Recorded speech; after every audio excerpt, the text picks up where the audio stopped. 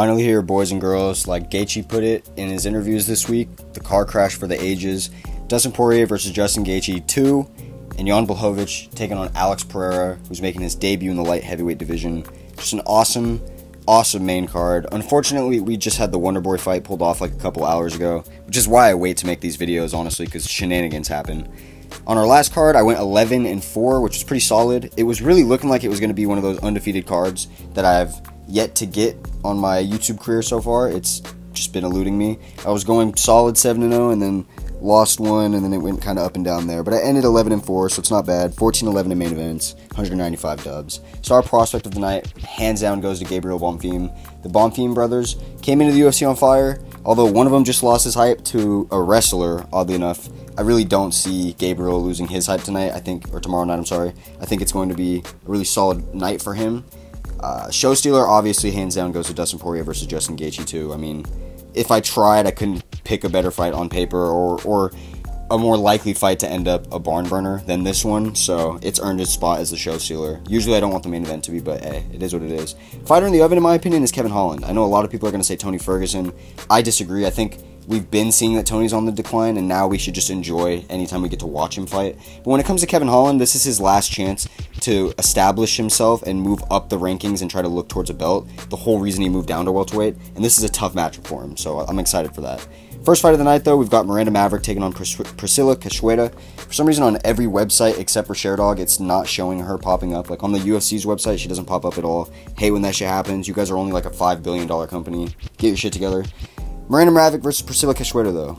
On paper, I would usually pick Miranda Maverick. I think I'm going to go with Priscilla Cachoeira just because my luck has been absolutely terrible with women's fights. And whenever I go against any type of like actual intuition I have, it works. So I'm going with Priscilla. Next up, Matthew Semmler versus Uros Medic. Fuck, I'm sorry, I butchered the hell out of that. Matthew Semmler hits like a train. Uros is probably the more technical striker. Actually, I'd say he's almost definitely the more technical striker. But I think that this is just too much too soon in his UFC career. Matthew Semmler has proven to be hanging with the likes of Jeremiah Wells, who's one of the best up-and-coming welterweight prospects. Not prospects. Prospects. That is the right word. He's one of the best ones coming up, and Matthew Semmler arguably just beat him in the last fight. So I'm going to go with Matthew Semmler. He's just a level above, in my opinion. Up the card, we've got... Oh, wow, this isn't even the order anymore. I'm sorry, guys. This fight should be, I think a little bit higher. But now we've got CJ Vergara taking on Vinicius Salvador. This is a really good scrap. Both of them were on the last card that they fought each other. They were both on the same card. And Vinicius didn't look good. CJ Vergara was getting pieced up by his opponent. Ends up coming back, finding I think it was a comeback TKO or submission. I don't even remember at this point. I just remember it being hype. It made me instantly want to go look him up. Look into his career a little bit more, and he's a tough-ass kid. He's not the most technically sound, but he's tough, and I think he's going to put all the pieces together for this one and get a unanimous decision win. Up the card, we've got Jake Matthews taking on Darius Flowers. Darius Flowers is making his UFC debut. He's fought in Dana White's Contender Series before, and he's on a pretty good roll on the regional scene, the local scene to where he is. But Jake Matthews is just a different level, in my opinion. Again, I think that he could get caught, and I have a weird feeling that Darius Flowers is going to get his hand raised. But if I'm going to side with my brain and what I actually think would happen like 7, 8, 9 times out of 10, I think that Jake Matthews would win the majority of those fights. And I think he would do it pretty comfortably with his kickboxing. He's also probably a little bit more sound of an MMA grappler just because of the experience. So we're going Jake Matthews. Up the card, we've got Roman Coppola taking on Claudio Ribeiro. This is a good fight because it's probably going to be a stand-up fight. I don't see Claudio really shooting takedowns unless he gets rocked bad, and I think he is going to get rocked bad because Roman Kopylov has elite striking, super crisp, he's young. I just think that he's going to really put it all together and probably knock out the kind of aged Brazilian who hasn't shown too much promise in his career thus far. I mean, he came in, he did good in his debut, I believe it was, and then he gets knocked out instantly by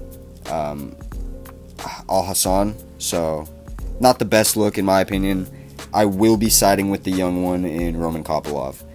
Moving on up the card, prelim headliner, Gabriel Bond taking on Trevin Giles. This is an awesome fight. Trevin Giles is probably one of the better people to be tested against in your sophomore debut if you want to really see if you have what it takes. Trevin Giles has wins against people in so many different weight classes, it's crazy. He has a win against somebody in the light heavyweight division. I think it's Ryan Spann. He has a win over a middleweight. I don't remember who that was. he is a middleweight though, but it's like a really good middleweight that he shouldn't have a win over. And then aside from that, he has a win over a welterweight in James Krause, which isn't like the greatest win, but still. Low-key, I thought he lost that fight watching it live too. But besides the point, all this doesn't matter because I think Gabriel Bond is going to sub him. He's too good. Moving on up the card, Michael Chiesa taking on Kevin Holland in the main event. In the main card. First fight of the main card. I'm going to have to side with Kevin Holland just because he's a little bit longer and taller than Michael Chiesa, and I think that's going to give Chiesa problems on the feet. I know that he's going to try to take it to the ground as quickly as possible if he knows what's best for him, but I feel like he's going to get caught at weird angles like most of Kevin's opponents do. I think he's going to be able to get him down, and there's a world where he is just going to lay and pray or play the clinch game and then just use his wrestling experience and out-grapple Kevin, and I could really see that happening. I could almost see it happening more likely than not, but I'm going to side with Kevin Holland here. I think his momentum, the fact that he's been way more active than Michael Chiesa. He's literally the most active fighter in the UFC right now. I just saw a stat for that the other day. So, Kevin Holland, I'm going to have to side with him and his momentum and his activity, getting the job done here, and him landing big and continuing that TKO streak.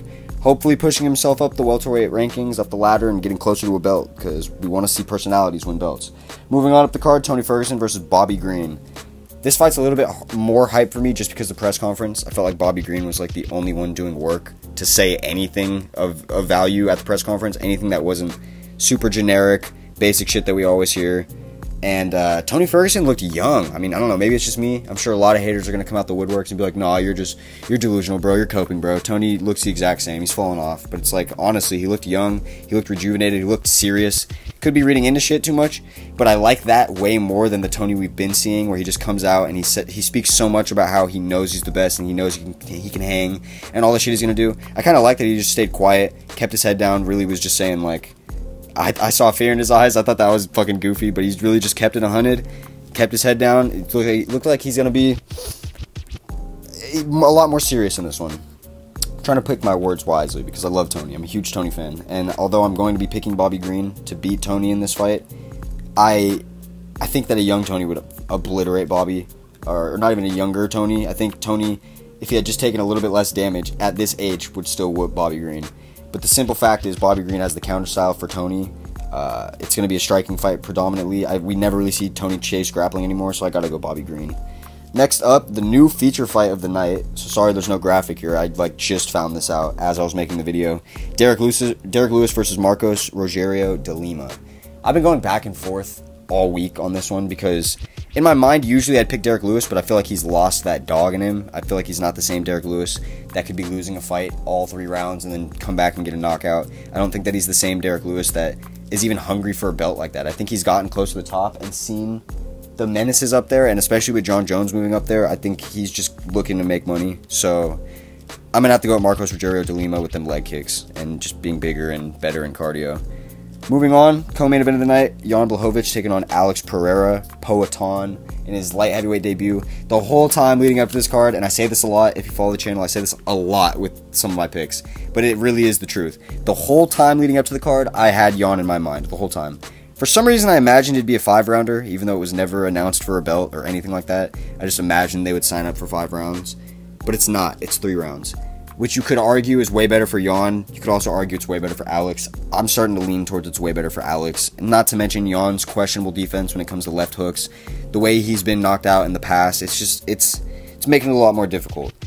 Is there a world where Jan uses his striking to really confuse Pereira and then mixes in his grappling and dominates? Yeah, it could really happen. It might be more likely that it happens. But I'm going to have to side with Alex Pereira. He just seems too hungry and focused. This is a new sport for him, so maybe it's a little bit more rejuvenating. And he has that insane power, man, like 100 out of 100 power for his weight class. Maybe not light heavyweight. It might not translate the exact same. Maybe people will be able to take it a little bit better because they have more weight on them. They're more used to taking heavy punches. But at middleweight, hands down, he's like probably one of the hardest hitters to ever exist in the sport. He had freakish power, especially with that left hook. That's why it's called the touch of death for a reason. I think he's going to find the touch of death on Jan Blachowicz, and I think it's just going to be lights out pretty quickly. I think it's not even going to be that long of a fight, probably 1 round, and I think Alex is going to find him in that round. And that's all she wrote. He's going to be getting the next light heavyweight title shot, probably against Yuri Prochazka. But if Jan does win, wouldn't be mad at it. I love Jan. It'd be a dope fight to see him versus Yuri. And then main event of the night, we got Dustin Poirier versus Justin Gaethje 2, the rematch. The first fight ended with Dustin Poirier knocking out Gaethje in the 4th round. Basically a TKO. I mean, Gaethje's never been put out cold, but he got hit hard with a counter right, and then just kind of got walked down into a cage, and a flurry of shots landed, and that was all she wrote. This time around, though, Gaethje is literally a completely different fighter. And I know Dustin was talking about how, like, if we haven't improved over the years, like, we haven't been doing anything. Well, yeah, that's right, but you haven't completely changed your game, Dustin. Justin has completely changed his game, and that's bad for pretty much everyone in the division that's a striker. It's really bad for the 2 people that beat him prior to the ones that would just sub him, because they would just try to stand up with him, and it would... I'm speaking about Eddie Alvarez and Dustin Poirier, by the way. They would stand up with him, and they would end up winning because they're tougher and they're a little bit smarter with their stand-up style. But if Justin was just a little bit smarter back then like he is now, I think he would have obliterated both of them quickly. Their chins aren't the greatest. Dustin can take a fucking punch, but if you catch him quick, that's when he's known to, like, go out and not be able to really keep his bearings about him. And I think just Justin is too technical these days. The team he works with, he works at Elevation, Team Elevation, in Elevation. He's going to be used to the Salt Lake City grind and the atmosphere.